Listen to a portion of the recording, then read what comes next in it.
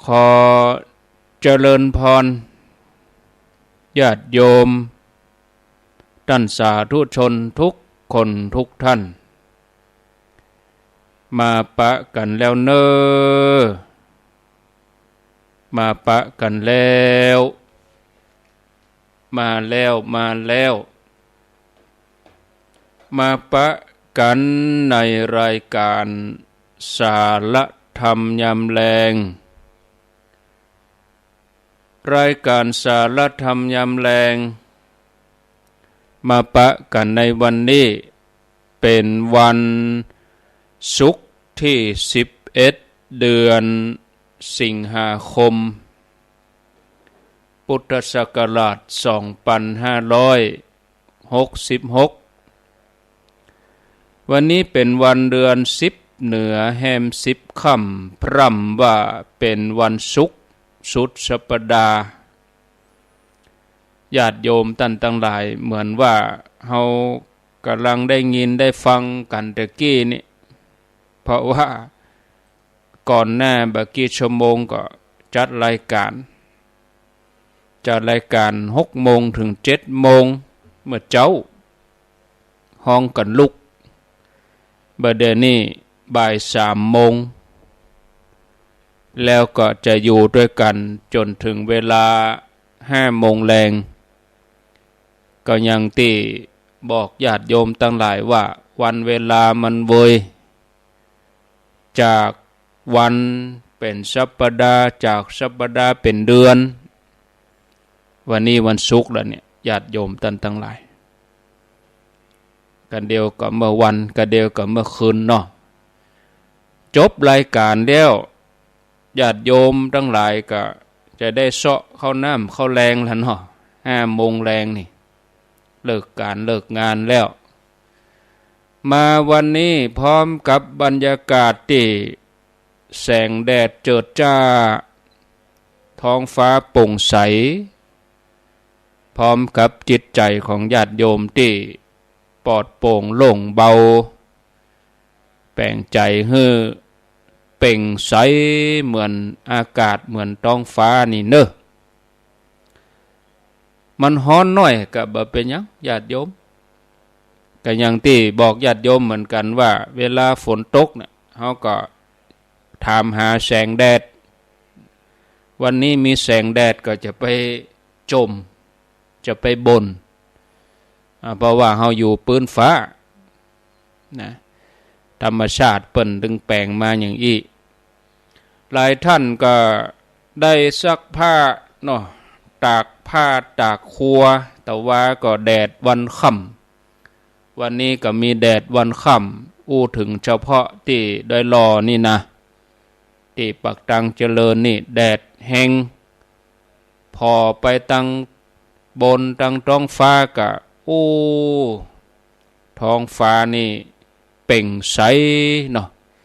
มีเมฆเป็นกลุ่มลอยมาบ่ถึงขั้นที่ว่าจะมีเข้าลางว่าฝนจะตกละบ่มีละนะก็ขอให้เป็นวันที่สดใสสดชื่นเป็นวันที่เบิกบานเนาะญาติโยมเนื่องจากว่าวันพุกวันฮือวันพุกเนี่ยก็เป็นวันแม่แห่งชาติเป็นวันที่หลายท่านจะได้ไปทำบุญอุทิศบุญตานหาป่อตานหาแม่บางท่านที่มีแม่อยู่ก็อาจจะไปไหว้ไปสาไปสักการะไปไหว้ไปมอบของขวัญไปแสดงความฮักหรือบางท่านอาจจะอยู่ไกลบ่สามารถเดินทางไปได้ก็โทรศัพท์ใช้โทรศัพท์เอาแสดงความห่วงใยมอบความฮักให้กับแม่ทั้งแม่ที่บังเกิดเก้าแล้วก็แม่ที่มีกุลมีพระคุณต่อเฮาก็ทำหน้าที่กันไปเนอะญาติโยมท่านทั้งหลายต้องขอบคุณอนุโมทนากับสถานีวิทยุที่เปิ่นได้รับสัญญาณ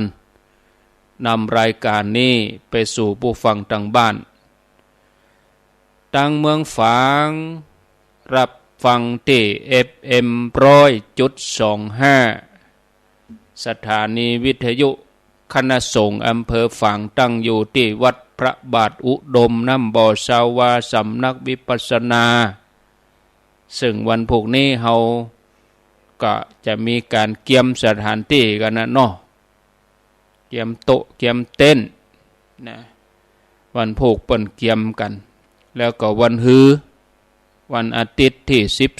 13ก็จะได้ไปตานเตียนกันที่เมืองฝาง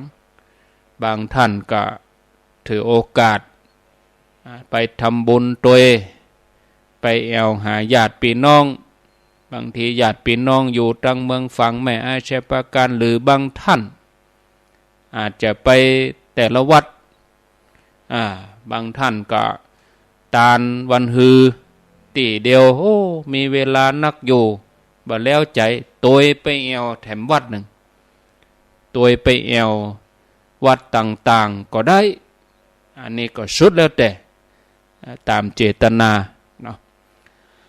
ตั้งในเมืองเชียงใหม่รับฟังที่104.50วัดฝ่ายหินโดยท่านอาจารย์พระครูสมุวิสุวัตวรกิจโจผู้อำนวยการสถานีต่างลำปางสถานีวิทยุวิทยาสงฆ์นครลำปาง FM 106.50 ตั้งอยู่ที่วัดบุญญาวาสวิหารอำเภอเมืองจังหวัดลำปางโดยท่านผู้อำนวยการสถานีอาจารย์ดร.จิรศักดิ์ปันลำท่านผู้อำนวยการวิทยาลัยสงฆ์นครลำปางอาจารย์ท่านพระมหานพดลสุวรรณเมธีตลอดจนถึงเจ้าหน้าที่ฝ่ายต่างๆฝ่ายเทคนิคฝ่ายรายการที่ได้เชื่อมสัญญาณเฝ้าดูแลการออกอากาศไปถึงป่ออุ้ยแม่อุ้ยไปถึงญาติโยมที่อยู่ทางบ้านได้รับฟังกันอย่างสม่ำเสมอได้รับฟังกันอย่างเต็มอิ่มได้รับฟังกันอย่างเต็มที่ก็ต้องขออนุโมทนาสถานีวิทยุที่จอมตองและญาติโยมทั้งหลายรับฟังที่ FM 98.75 คลื่นธรรมะของชุมชนวัดห้วยตองซักญาติโยมทั้งหลายก็รับฟังกันในพื้นที่จอมตองโดยหล่อเวียงหนองร่องบ้านห้งรับฟังกันได้สดไปแผ่วเมืองลีก็ต้องขออนุโมทนาบุญตัวญาติโยมทั้งแม่แจ่มรับฟังได้ที่คลื่น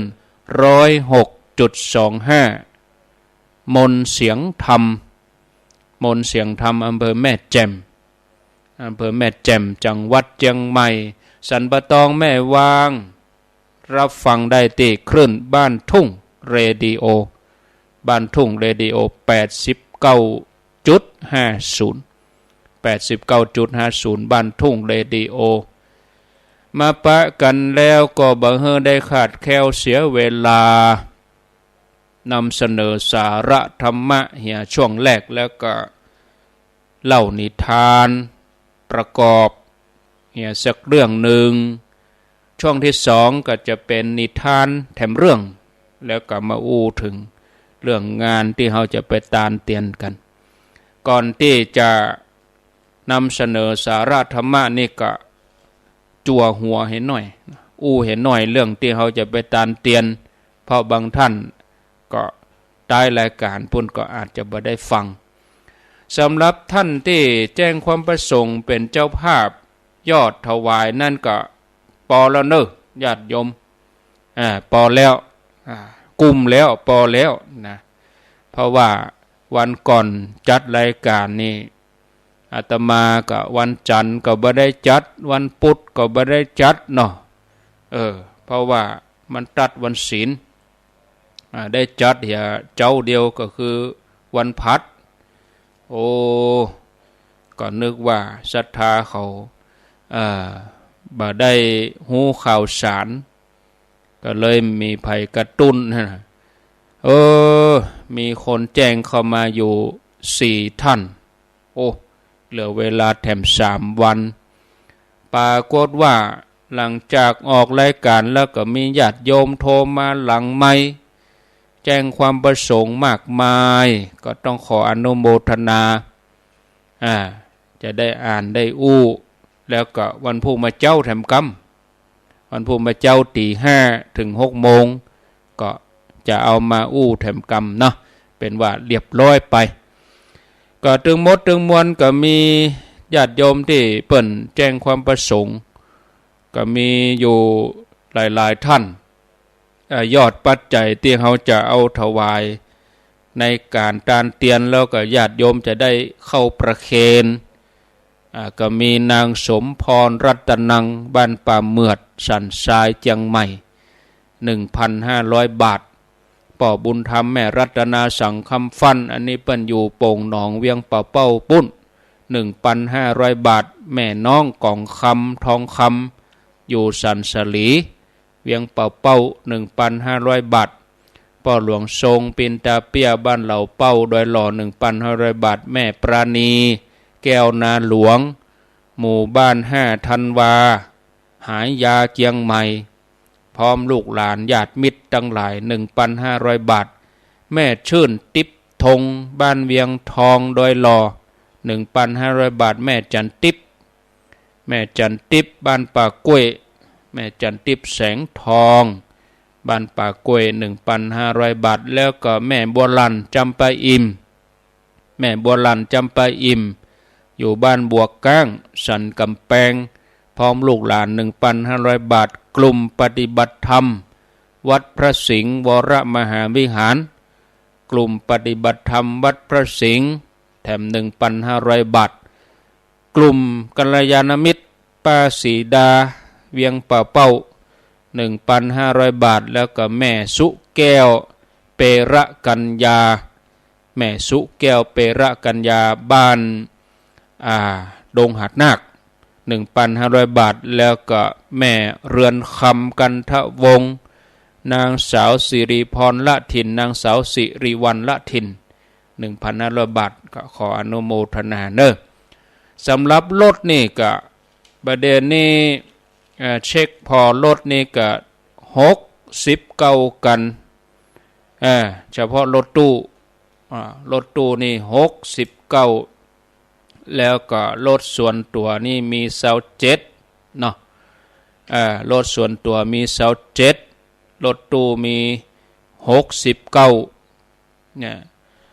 รวมแล้วกับประเด็นนี้ก็เป็นอยู่6 7 9 16เลขปีนกัน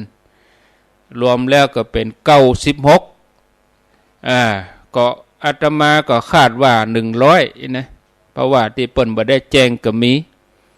ตกหล่นเปิ้นบ่ได้แจ้งยังที่หนองผาขาว2 กันกันเดียวกับไอ้ที่มันบ่แจ้งก็มีที่มาเพิ่มเติมแต่กี้ก็หนองไห้จอมตองหนองไห้ห้วยน้ำดิบนี่นะ1 กันห้วยโจของแม่เป้งแม่อุ้ยเป้งเสดสมห้วยโจจอมตองศพเตี้ยนี่นะห้วยโจ1 กันแล้วก็หนองผาขาว2 กันแม่ขัดจานเพิ่มแถมกันของแม่วิไลพรแม่ขัดจานนี่เพิ่มแถมกันอีนะที่เพิ่มเข้ามาใหม่เนี่ยของปัจจันบ้านอาตมาพุ่นเนาะ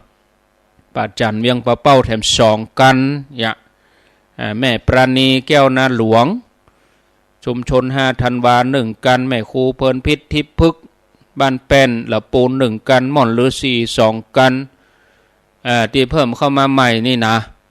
แล้วก็แม่ปานแม่แจมแม่ปานแม่แจมแม่ปานสันเกียงพี่น้องแม่แจมนี่4 กันเนาะอันนี้ที่เพิ่มเข้ามาแล้วก็ของโยมจันทาทรตันบ้านห้วยสายตะลี่นี่ก็แถม2 กันของป้ออุดมบ้านทุ่งเรดิโอ2 กันเนาะของแม่บุญปันเป็น5 กันเนอะแม่บุญปันศพเตี้ยนะแม่บุญปันศพเตี้ยเป็น2 กันอันเนี้ยที่เพิ่มเข้ามาใหม่นอกนั้นก็ต ตามเดิมเนอะนอกนั้นก็ตามเดิมเป็นว่าประเด็นนี้สรุปแล้วรถตู้69กันแล้วก็รถส่วนตัว27กันรวมแล้วเป็น96นั่นรถตู้มี69รถส่วนตัวมี27รวมแล้ว96กันเนาะที่บ่แจ้งก็มีนะอย่างรถครูบาอาจารย์นี่เพิ่มได้แจ้งหรอกอย่างรถอาตมารถท่านพระครูสุเมธรถท่านพระครูรถท่านอาจารย์วรรณชัยรถตุลุงโดยรถท่านพระครูสิริธรรมบัณฑิตรถท่านอาจารย์ท่านมหานพดลอย่างมื้อนี้นะอันนี้เพิ่มบ่ได้แจ้งนะแต่ว่าเขาบวกไปล่ะบวกไปก็คงจะหลายอยู่อันนี้ย่ำบวกลำปางด้วยนะลำปางย่ำแจ้งเข้ามาเตือกอย่างใดหมู่เนอะลำปางนี่ก็ประมาณสัก 4-5 กันนี่เนาะทางพี่น้องลำปางก็แจ้งที่ท่านมหาสมชาติท่านเนอะเพราะวันพวกตึงจะปะกันอันพวกนี้อาตมาจะเดินทางไปละประมาณ9 โมงก็ออกวัดไปถึงที่ตุลุงดอยม่อนจอมพอไปถึงที่ม่อนจอมพอปุ่นก็ประมาณสักบ่ายโมงปลาย2 โมงนะฉันเพนกลางตังจะไปเอาเตียนไปหับเตียนแล้วก็ลวดเอาเบอร์ติดรถไปฝากไว้หั่นคือตุลุงดอยไว้ในส่วนของญาติโยมตังเวียงเป่าญาติโยมตังวังเหนือญาติโยมตังลำปาง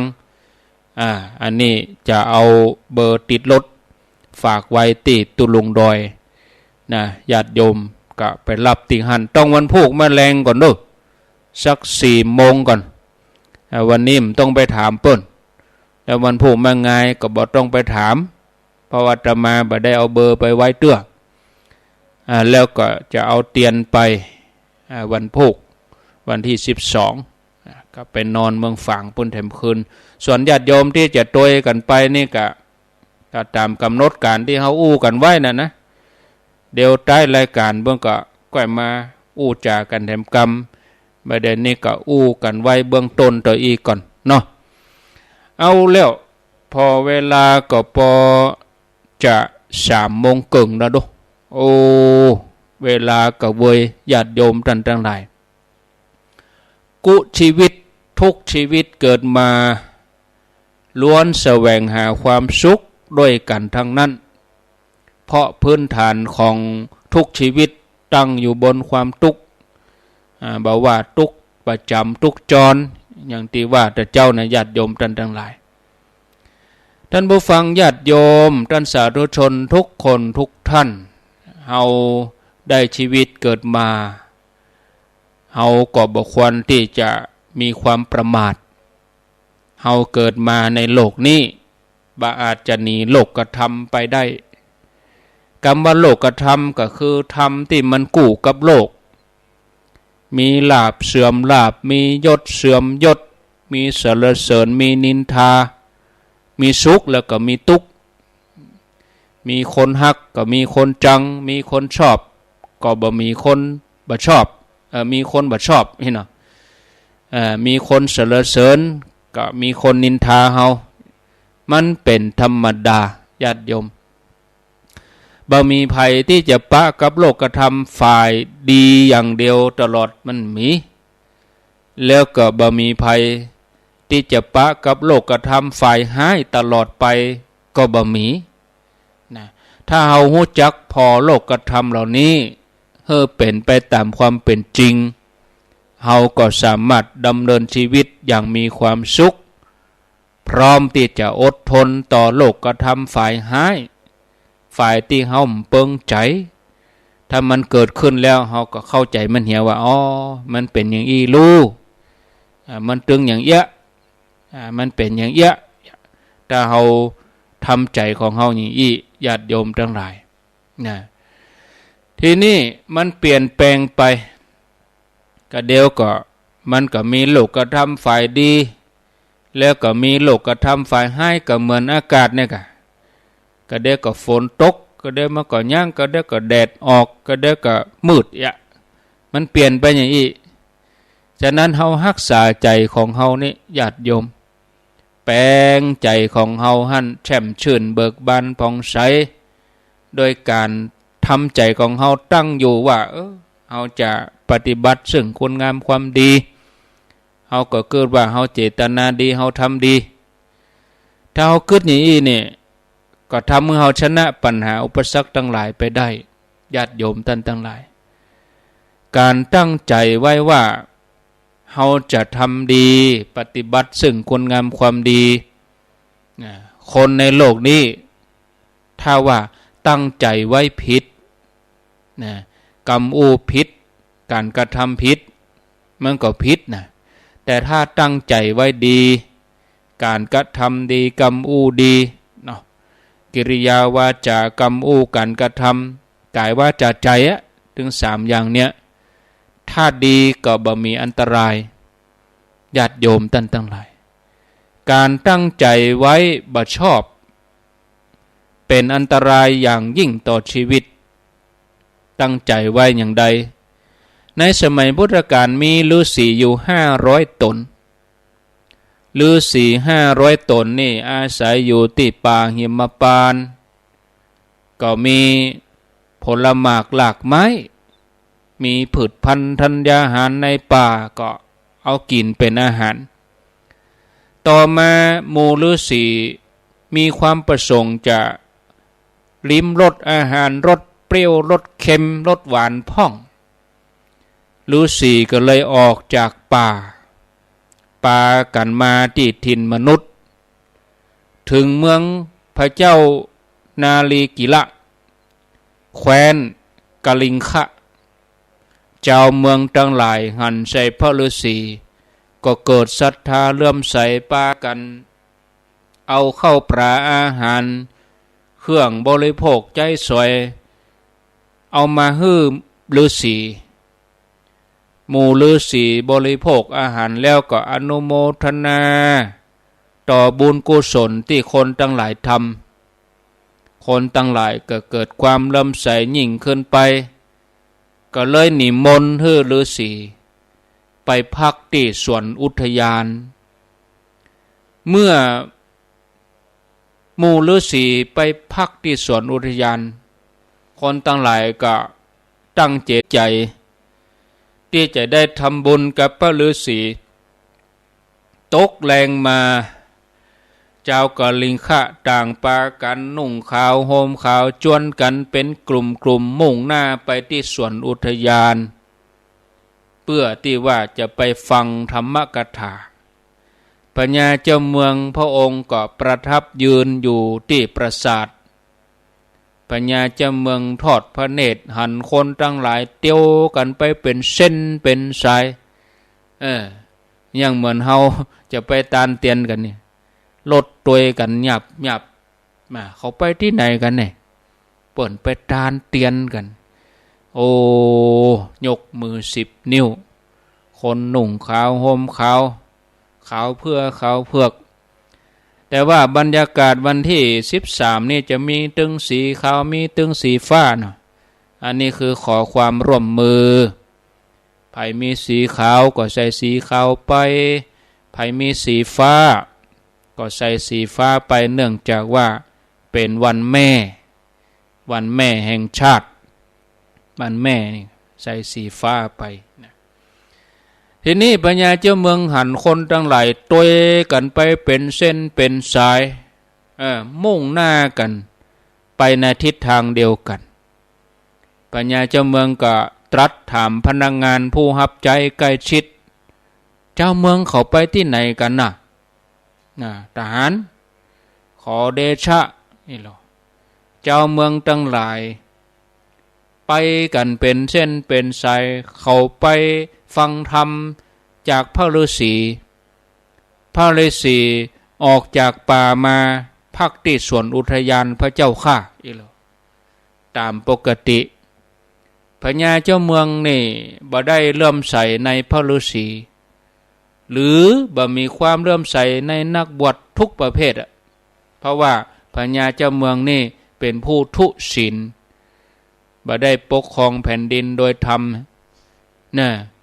แต่เพื่อเป็นการเอาใจเจ้าบ้านเจ้าเมือง พญาเจ้าเมืองก็เลยรับสั่งให้ประกาศว่าอ้าวบัดเดี๋ยวนี้หันเจ้าเมืองกันฟังธรรมพระองค์ก็จะมีพระราชศรัทธาอยากจะฟังธรรมเหมือนกับเจ้าบ้านทั้งหลายข่าวนั้นก็แพร่สะพัดไปเจ้าบ้านเจ้าเมืองดีใจที่ถ้าพญาเจ้าเมือง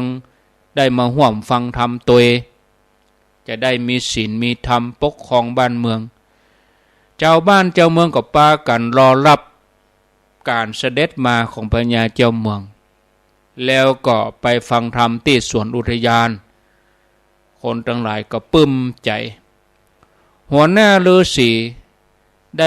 ได้มอบหมายให้ฤาษีตัวหนึ่งฤาษีตนนี้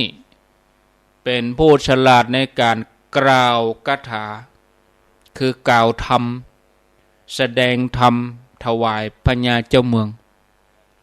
ฤาษีตนนี้นี่เป็นผู้ที่ธรรมกถึกคำว่าธรรมกถึกคือว่าชำนาญในการเทศน์ในการสอนในการบรรยายฤาษีตนนี้ได้แสดงธรรมเรื่องศีลห้าละเว้นการฆ่าสัตว์ละเว้นการลักทรัพย์ละเว้นการประพฤติผิดในกาม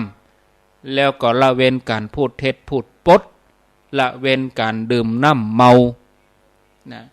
ฤาษีท่านนี้ก็แสดงถึงอานิสงส์ศีลห้าศีลห้าเป็นธรรมะเป็นอาภรณ์เป็นเครื่องประดับทำให้มนุษย์เราอยู่ร่วมกันอย่างมีความสุขบ่ต้องระแวงกันฤาษีแสดงถึงอานิสงส์การรักษาศีลว่าศีลทรงเนี่ยทำให้สูงศีลปรุงทำให้งามให้สวยศีลนำทำให้รวยศีลจ่วยทำให้รอดศีลเป็นขั้นใดก้าวไปสู่สวรรค์ชั้นสูงขึ้นไปศีลเป็นกำลังนี่ศีลดุจดังม้าอาชาไนยพระฤาษีก็ยกมากล่าวมาบรรยายอย่างนี้จากนั้นพระฤาษีก็ได้อู้โทษของการผิดศีลผิดศีลห้านี่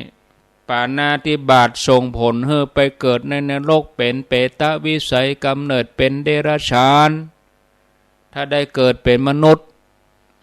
ถ้าหากว่าผิดศีลข้อที่หนึ่งบ่อยๆก็จะเป็นผู้ที่มีอายุสั้นมีโรคภัยเบียดเบียนบางทีก็ต้องถึงคราวตายก่อนวัยอันควรโทษของอาทินนาทานาก็คือว่าจะไปตกมรณกมกไหมเป็นเวลาที่ยาวนานเมื่อได้พ้นจากอบายภูมิถ้าได้เกิดมาเป็นมนุษย์แล้ววิบากนั่นส่งผลคนนั้นมีทรัพย์แล้วก็ต้องสูญหายโดนจี้โดนปล้นโดนคดโดนโกงอันนี้เพราะว่าอาทินนาทานา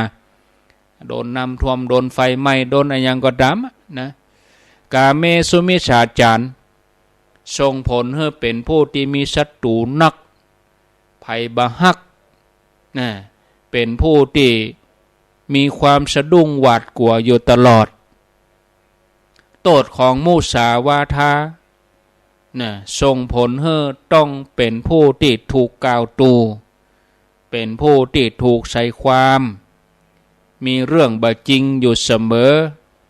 ทำให้คนนั้นจะต้องเดือดร้อนทั้งที่บ่ได้ทำผิดกรรมของข้อที่ห้าสุราเมรยะน้ำเมาทั้งหลายเสพของมึนเมาเสพสิ่งเสพติดก็ส่งผลให้เป็นคนขาดสติสัมปชัญญะเป็นคนสมประกอบเป็นคนบ้าเป็นคนโรคประสาทเมื่อได้เกิดมาเป็นมนุษย์แล้วควรรักษาศีลห้าให้บริสุทธิ์คนตั้งหลายได้ฟังแล้วก็ต่างบันเทิงใจในธรรมต่างก็นำคำสอนของพระฤาษีไปปฏิบัติแต่พญาเจ้าเมืองก็กลับรู้สึกว่าป้าฤาษีนี่มาด่าเฮา บ่ใครเข้าหูฤาษีนี่เฮือมาเตดธรรมนี่มาด่าเฮาลุนี่ญาติโยมทั้งหลายนะธรรมะของพระเจ้านี่ ถ้าคนที่เปิ้นฟังแล้วเปิ้นบันเทิงใจยกใจเปิ้นสูงขึ้นไปนี่ก็จะเป็นบุญถ้าคนที่ฟังไปแล้วมันแทงใจนะมันเหมือนหอกเหมือนดาบมาทิ่มแทงใจโอ้อันนี้เป็นบาปเป็นกรรมของตัวเขาเองอะนะปัญญาจำบังก็เลยเกิดว่าเฮาเดินทางมานี่เพื่อเป็นการที่จะมาฟังธรรมเป็นการให้เกียรติกับหมู่ฤาษีแต่หมู่ฤาษีนี่มาอู้เสียดสีมาด่าเฮาตังอ้อมให้หรอปัญญาจำเมืองก็เลยแค้นในใจก็เลยกึดอุบายที่จะแก้แค้นให้ได้ก่อนที่จะกลับในปราสาทราชวังปัญญาจำเมืองก็นิมนต์พระฤาษีถึง500 ตนเนี่ยวันพุกเนอะนิมนต์ฤาษีถึง500 ตนนี่ไปรับภัตตาหารที่ในวังเนอะว่าอย่างนั้นปัญญาจำเมืองก็นิมนต์ตกเมื่อเจ้าปัญญาจำเมืองก็เอาไห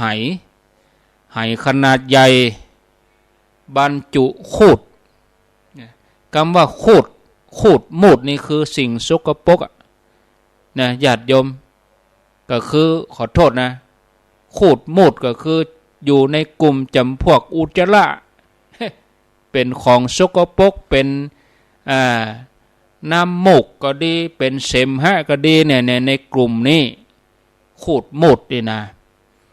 ปัญญาเจ้าเมืองก็สั่งให้คนเอาไหขนาดใหญ่บรรจุคูดมูดสิ่งสกปรกบรรจุอุจจาระก็แล้วกันจนเต็มไหแล้วก็เอาใบตองมามัดมาปิดปากไหไว้ตั้งเรียงรายแล้วก็ใส่น้ำมันต้นกากระทิงแล้วก็เอาน้ำงิ้วหนาเอามาใส่จนเต็มหม้อแล้วก็เอาวางไว้ที่หัวคันไดแล้วก็ให้นักมวยร่างกายกำยำแข็งแรง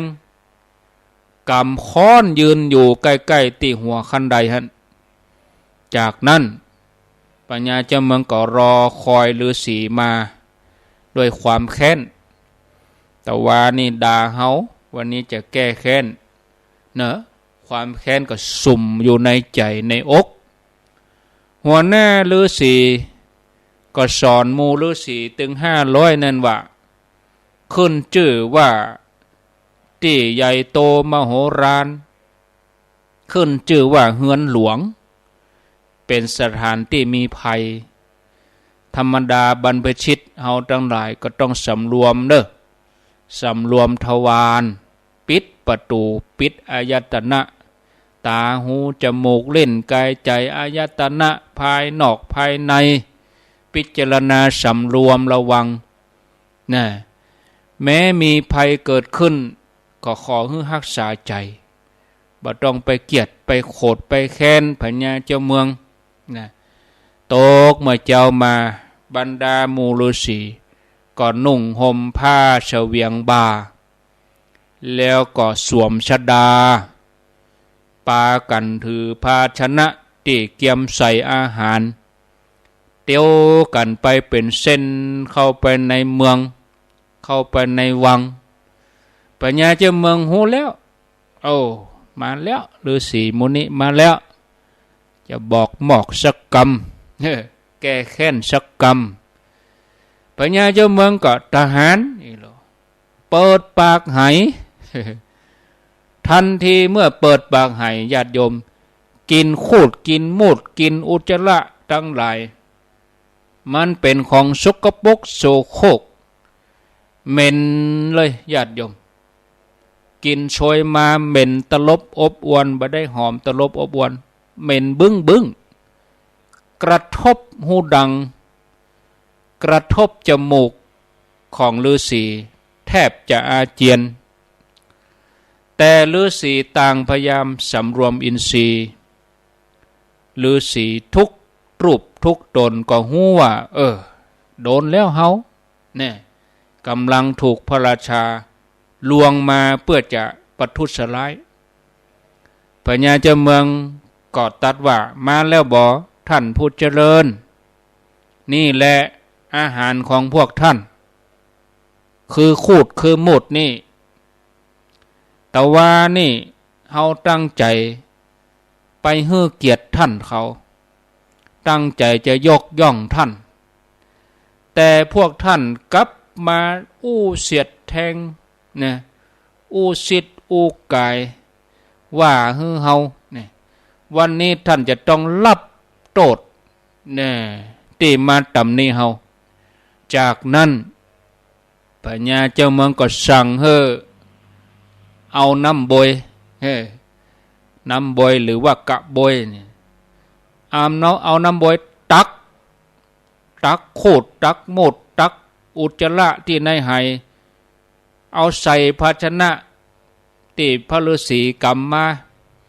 พระฤาษีกำจานกำถ้วยมาตนในอันหวังว่าจะได้ฉันได้กินอาหารอย่างดีจะได้กินอาหารอย่างเลิศเนาะเพราะว่าเข้าไปในเขตในเมืองอาหารในวังอย่าโธ่เป็นว่าโอ้ปัญญาเจ้าเมืองแก้แค้นตักเอาน้ำบวยสั่งให้ทหารตักเอาน้ำบวยตักเอาคูดเอาหมดเอาอุจจาระเอาถวายพระฤาษีหมู่ฤาษีโอ้เหลียวพอหน้ากันเนาะมันเป็นท่าแล้วก็เฮา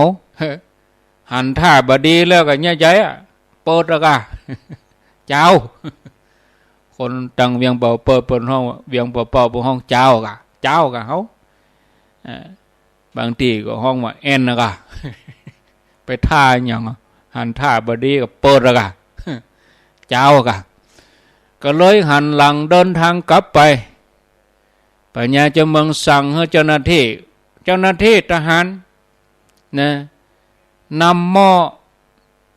ม้อที่บรรจุน้ำงิ้วเนี่ยน้ำงิ้วเพราะว่าไปเลาะมาหรอกโตมันขมออกใดน้ำมันเป็นตุ่มเนาะมันเป็นน้ำไม่งิ้วอ่ะทหารทั้งหลายเอาน้ำงิ้วมันลาดมาเทที่คันใดวะแล้วก็สั่งให้นักบวยเอาค้อนตีหัวพระฤาษีนักมวยบางคนก็กำคอพระฤาษีเขย่าไว้เป็นดีอินโดไม่ได้จะมากินข้าวไม่ได้กินเสื้อกำโดนนักมวยกำคอเขย่าอุ้มจ้งตกลงคันใดปุ่นโอ้กิ่งลงไปฤาษีตั้งหลายกิ่งลงคันใดไปถึงที่ตีนคันใดปัญญาเจ้าเมืองสั่งให้ทหารตบมือซุยมาป้ากันลุ่มคบลุ่มไล่พระฤาษีต่อฤาษีบางตนก็ห่วงความปลอดภัยก็จำเป็นจะต้องเนาะตะเลิดเปิดเปิงกันโอ้บางทีบางตนก็ตกลงในหลุมขุดหลุมใหญ่สุนัขมาตั้งหลายก็ต้วยลงไปคบพระฤาษีโอ้เป็นแผลเวอะวะอย่างน่าเวทนาอินดูเนาะหมู่เทวดาหันเหตุการณ์ตึงหมด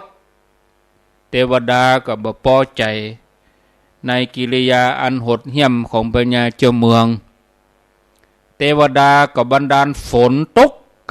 ญาติโยมเป็นฝนที่ประกอบไปด้วยอาวุธ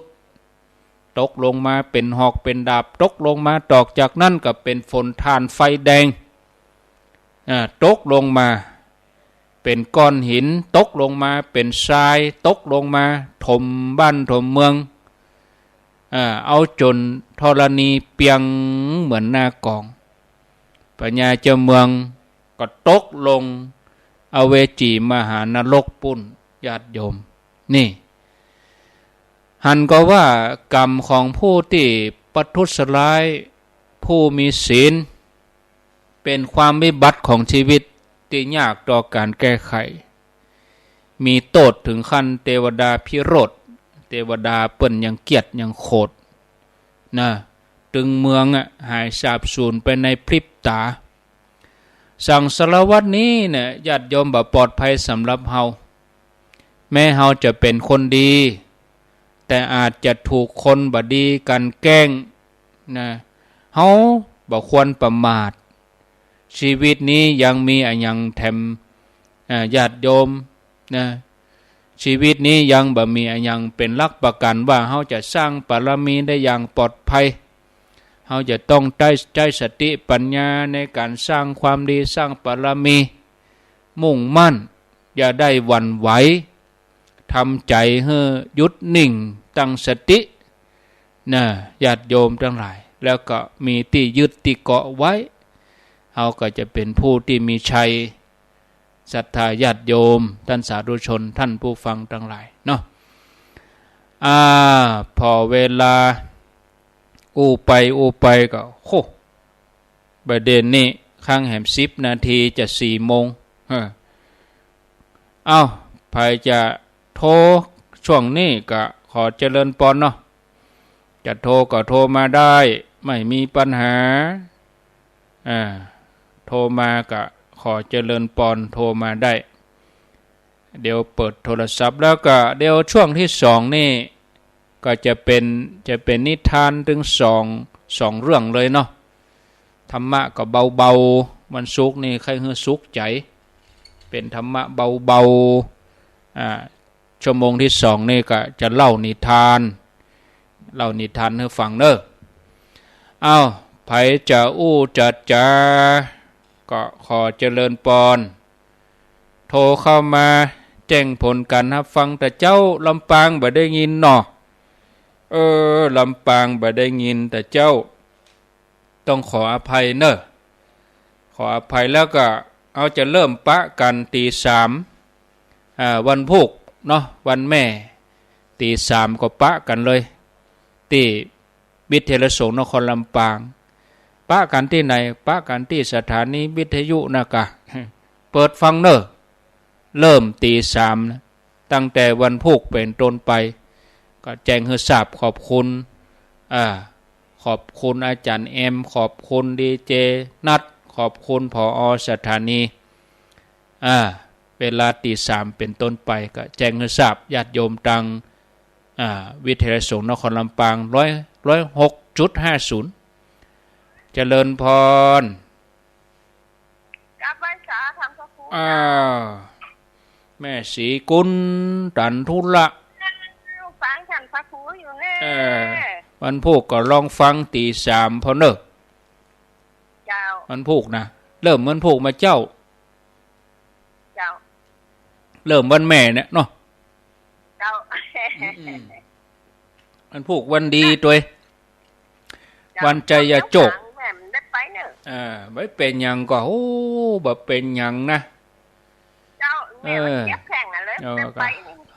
กล้าฟังกันอีก็ดีใจแล้วก็โอกาสหน้าถ้าเรามีงานดังปุ้นเราก็ก่อยไปหากันใกล้ๆกันเนาะเนอะอยู่ดีมีสุขสาธุนั่นอันนี้เปิ่นฟังเตียนมจรลำปาง106.50 0998366322จะเริญพรเสียงเบาไปแม่เนาะ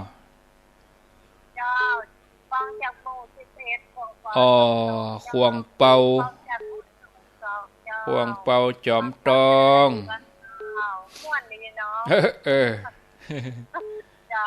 โมทนาเนอะอยู่บ้านเลยฟังเนาะโมทนาบุญตัวอยู่ดีมีสุข0998366322ประเด็นนี้เพิ่งกะเกี่ยมกันน่ะเนาะพี่น้องตังเมืองฝางโดยเฉพาะพี่น้องญาติโยมบ้านห้วยงูในห้วยงูในนี่เขาจะไปรวมกันหั่นจุดแรก ตีห้วยงูในเจริญพรโอ้เจริญพรนั่นของเฮากะเจริญพรนะเจ้าแม่บัวไข่เจ้าฮะแม่ก็แม่บัวไข่แม่บัวไข่ถูกหัวจ้างแต่บนพบาลเจ้าอ๋อได้ยินชัดก็แม่ได้ยินชัดจัดดีเจ้าโอ้ชัดแจ๋วดีเจ้าชัดเจนชัดแจ๋วเนาะโยมแม่บ่ได้ไปเนื่องวันนี้นะว่าเป็นยังนะไม่มีปัญหาเจ็บหัวเข้าเหมือนแม่สิกูนนะใช่มาเมินแล้วลูกเนาะใช่มาเมินแล้วมาเป็นยังมาแอร์ที่วันพุธอาทิตย์ก็ไปกันอาทิตย์26นะงานยังมาข้าป่าของอาจารย์สมชาติอาจารย์ได้ไปเตื้อได้ไปเตื้อโอ้ลำปางไกลบ้านแม่บ่ไข่นี่หมอมาโอกาสหน้ากะเนาะจ้าโอกาสหน้าสาธุ0998366322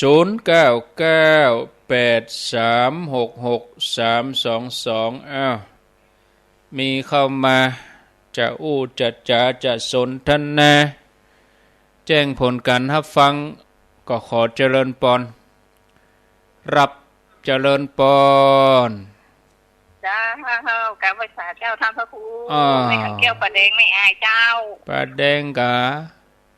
โอ้แม่ขันแก้วเจ้าได้ยินชัดอยู่เนาะแม่ขันแก้วเนาะได้ยินอยู่เจ้าฟังตลอดเนาะเจ้าถ้าพระครูจะมานอนเพลงวันพุกจะไปแล้วกะนอนห้วยงูกะเจ้าถ้าจะนอนห้วยงูในฮะน่ะเจ้าไกลกะไปถึงหั่นก็บ่ไปถึงหั่นกับตีพระบาทอุดมนี่ใกล้อยู่เจ้าแต่ก็จะไปกันหลายอยู่แม่เขาก็ไปจุกันที่อันพระบาทอุดมหั่นเด้อเจ้าสาธุจัดการ10 โมงเกิงจัดการ10 โมงเกิงที่พระบาทอุดมอ้าว0998366322 0998366322เจริญพรไปสายเจ้าให้น้อยอีกบ่ได้เจ้า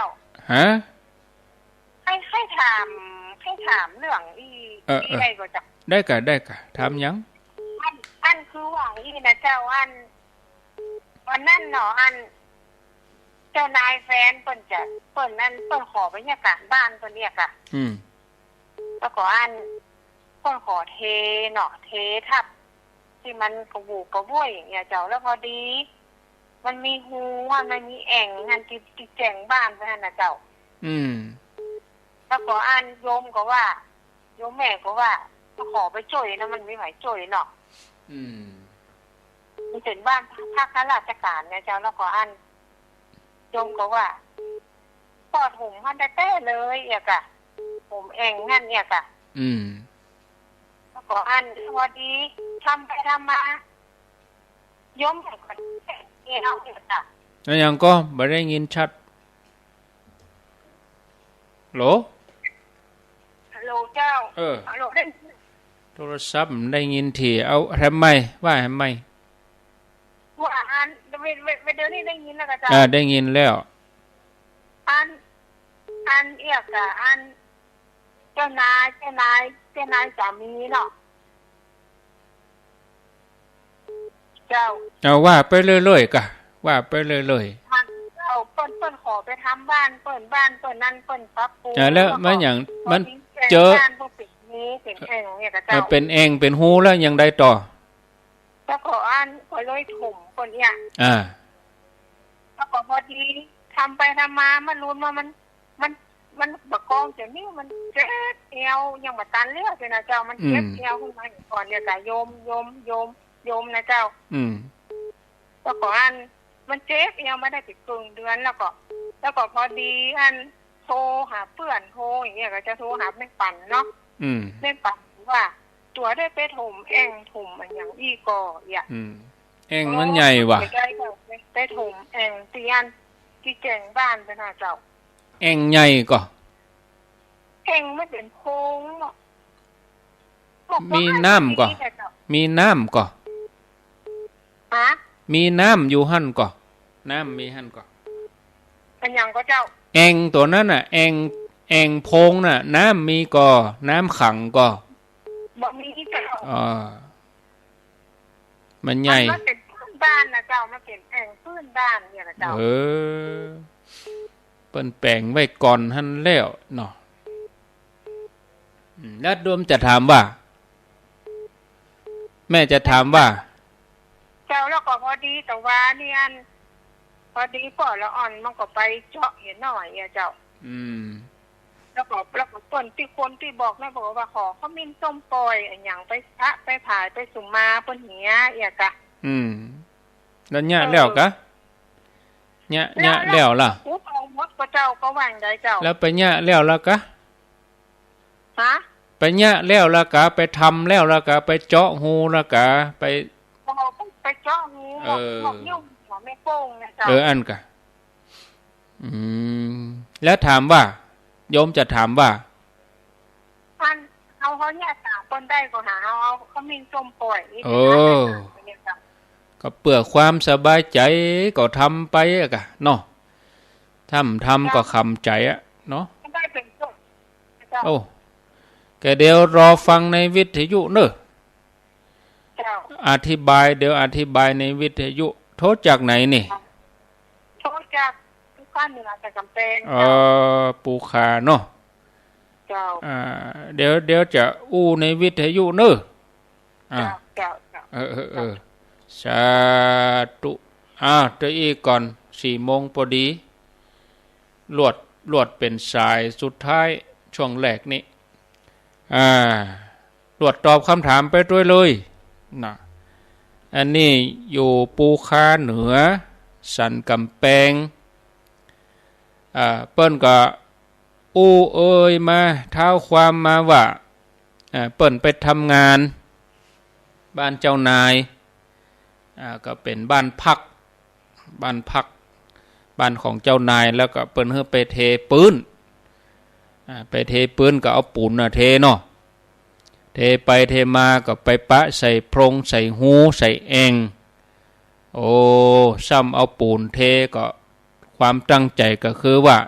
ถ้าปล่อยเล่าไว้ก็เจ้านายจะเดือดเนี่ยทำงานบ่เรียบร้อยนี่หัวหน้างานไปตรวจโห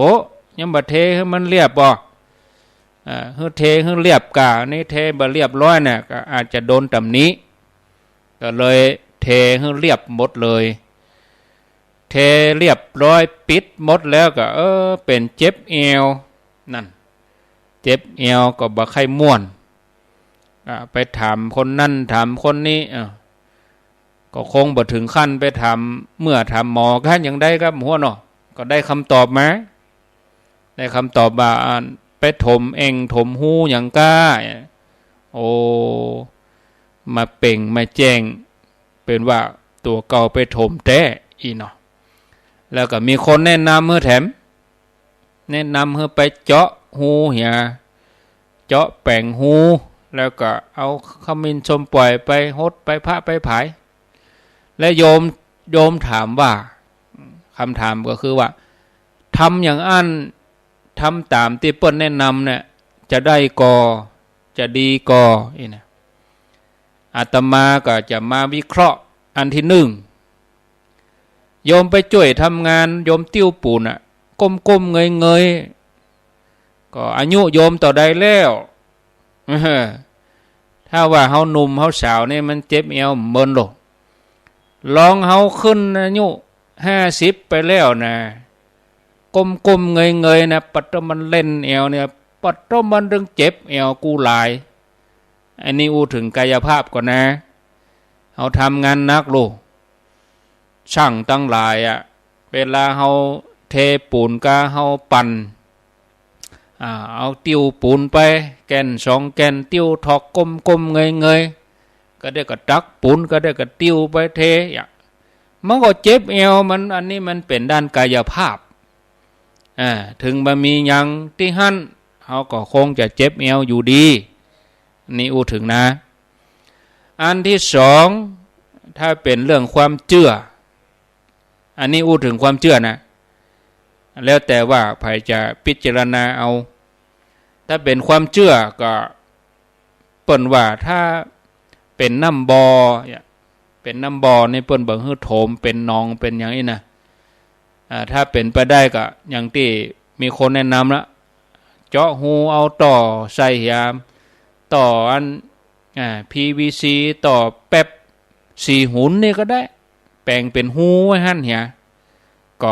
ก็ดีอยู่เพื่อความสบายใจแล้วก็เฮาก็เทเรียบเนาะเทเรียบบ่ใช่ถึงขั้นที่เฮาจะต้องตุบให้มันเป็นเองยังเก่าแบบใจเก่าก็เอาต่อเนี่ยเฮาก็ตัดต่อ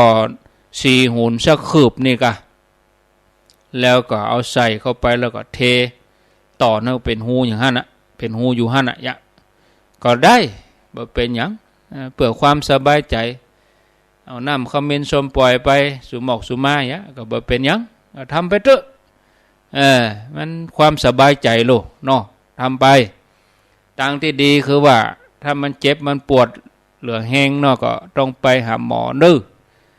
หมอเพื่อก็จะจัดยาให้ยาคลายเส้นก็ยาแก้ปวดก็อย่างนี้คือแก้2อย่างไปตึงหมอปัจจุบันไปตึงหมอที่เปิ้นแนะนำไปตึงด้านกายภาพเฮาตัวด้านความเชื่อก็ทำไปเนาะเพื่อความสบายใจมามีปัญหาทำไปเถอะนะเดี๋ยวนี้ก็ยังแควนแล้วก็ดีขึ้นเลยกันเนาะมันธรรมดาทำงานหนักก็เจ็บเอวเป็นธรรมดาคันอาตมาบ่ได้ติ้วปูนบ่ได้ก้มๆเงยๆนั่งนี่ได้ชั่วโมงยังเจ็บเอวไปนับภาษาอย่างกับโยมติ้วปูนเนาะติ้วเข้าเดินออกก้มๆเงยๆมันก็เจ็บปะกะนะก็พอสมควรเวลาเดี๋ยวจะมาจะเดินไปเดินมาก่อนกันเจ็บเอว เดี๋ยวจะเตียวไปเตียวมาเนาะเดี๋ยวปิ้งมาอู้กันแถมกำเด้อฟังไรนี้ไปไหนเตื้อเจริญพร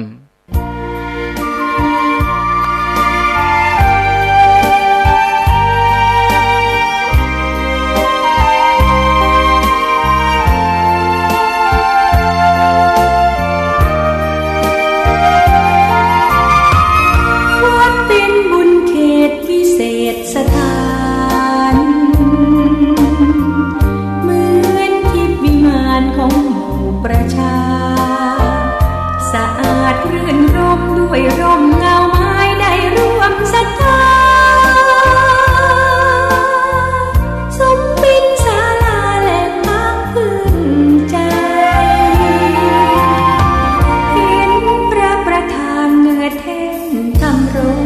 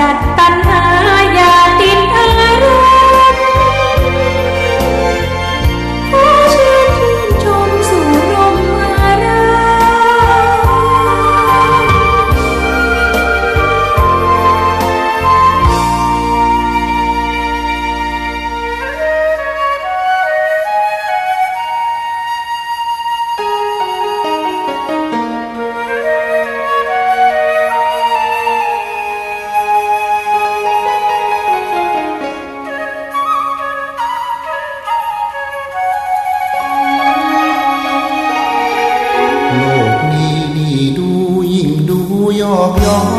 นเปรียบเหมือนละครถึงหมดเมื่อตอนร้าวใจ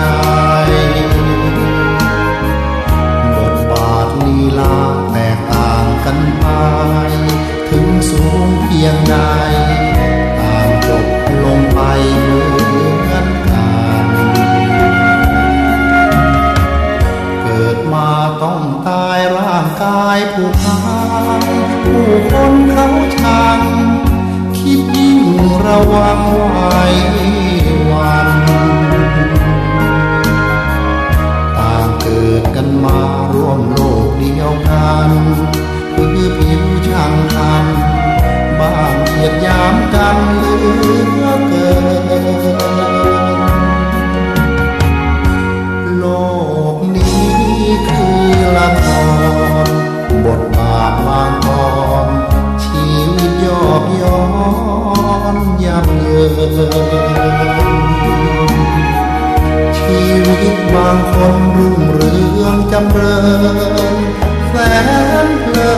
นเหมือนเดินอยู่บนหนทางวิมานโลกนี้นี่ดูยิ่งดูเศร้าใจชั่วชีวิตไว้หมุนเปลี่ยนพันไปเหมือนมาปิดฉากเรื่องร้องผุดพองตราการครั้นแล้วไม่นา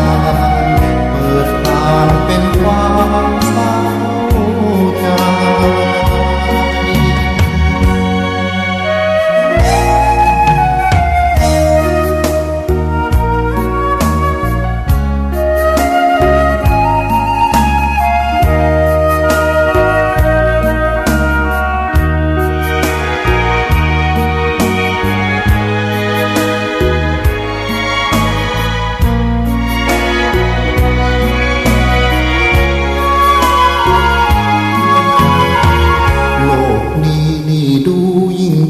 เศร้าใจ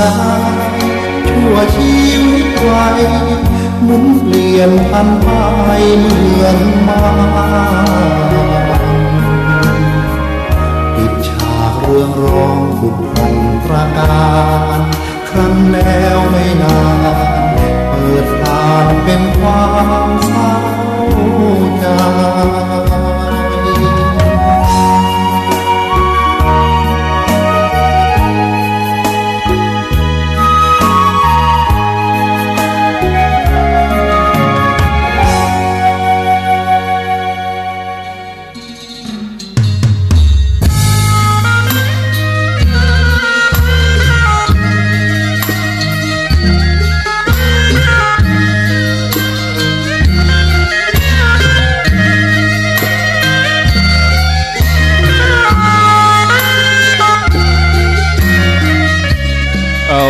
แล้ว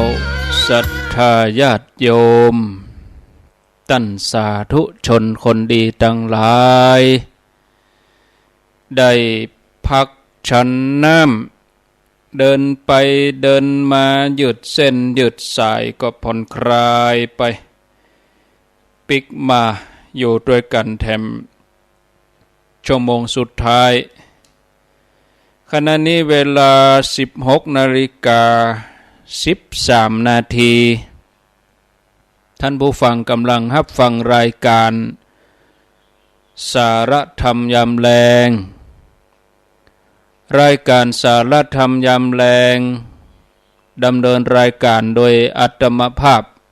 พระครูอภิวัฒนวิกรมวัดปากตางเจริญตำบลดอยหล่ออำเภอดอยหล่อจังหวัดเชียงใหม่เป็นผู้รับผิดชอบดำเนินรายการมาปะญาติโยมท่านทั้งหลายเป็นประจำทุกวันศุกร์เวลาบ่าย 3 โมงถึงเวลา 5 โมงแรงขอบคุณอนุโมทนากับญาติโยมที่โทรศัพท์เข้ามาในช่วงแรกโทรมาคือกำลังใจโทรมาสนทนาโทรมาถามปัญหาก็ขออนุโมทนาส่วนท่านที่โทรบัดตันก็บ่เป็นหยัง เอาไว้โอกาสต่อไปก็ยังมีเวลาอยู่ด้วยกันแถมม้นเนาะญาติโยมชั่วโมงที่2นี่จะมาเล่านิทานให้ฟัง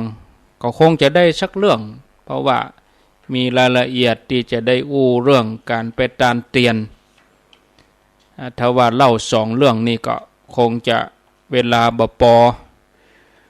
ดาบทถือทิฏฐิดาบทถือทิฏฐิเป็นจะใดญาติโยมก็ลองฟังกันไปดังต่อไปนี้คนเฮาโดยส่วนนักมักจะหันตัวเก่าสำคัญกว่าคนอื่นพอ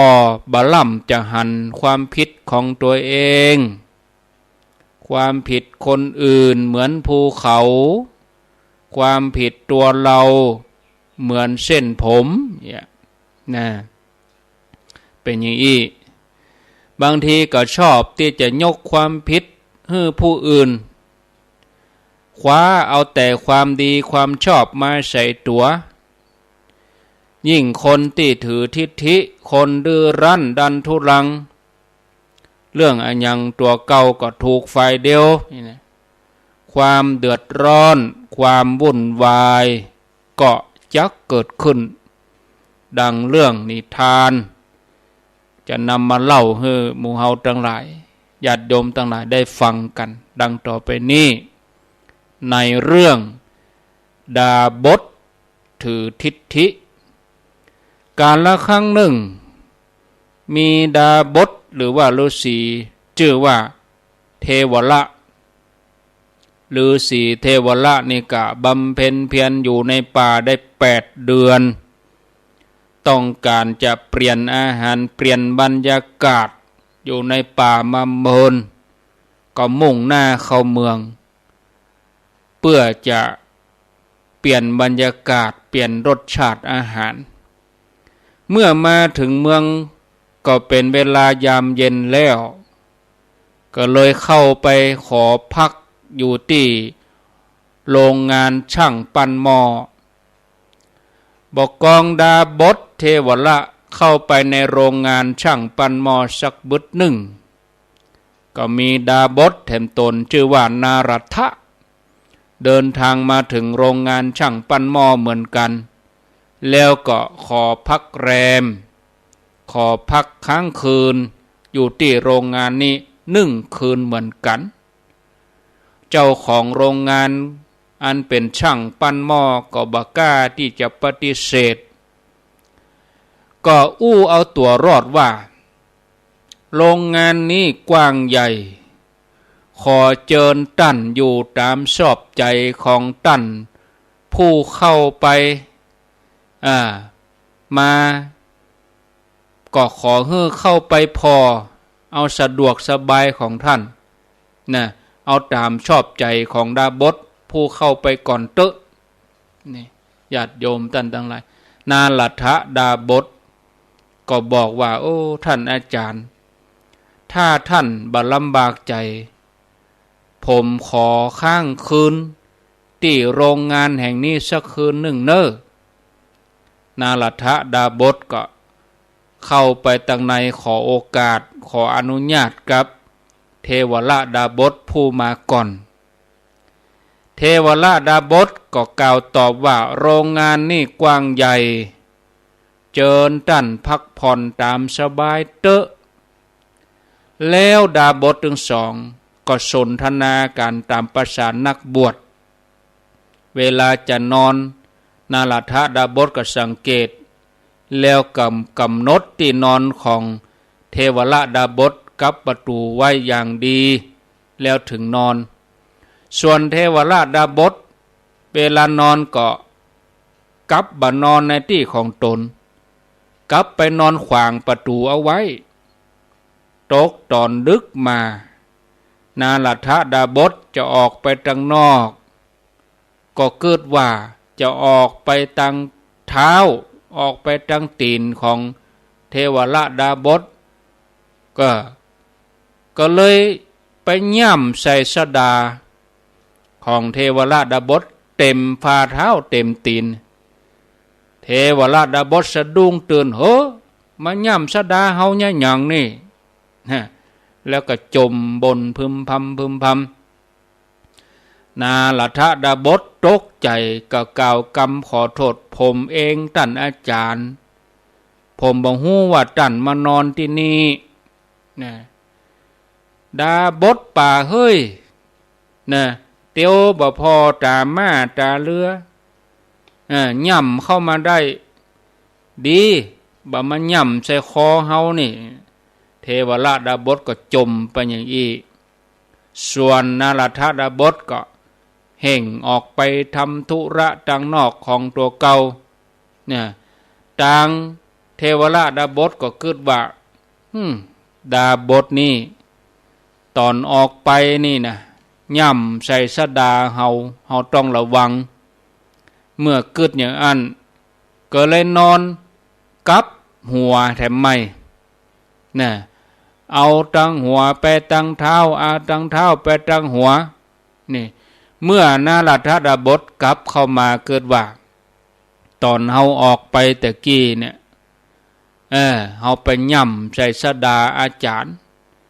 บัดเดี๋ยวนี้เฮาจะต้องเตียวเข้าไปตั้งตีนป่นแต่กี้ตอนออกไปนี่เฮาบ่ฮู้เฮาเตียวมาเป็นว่าเฮาออกมาตั้งหัวป่นไปย่ำใส่สดา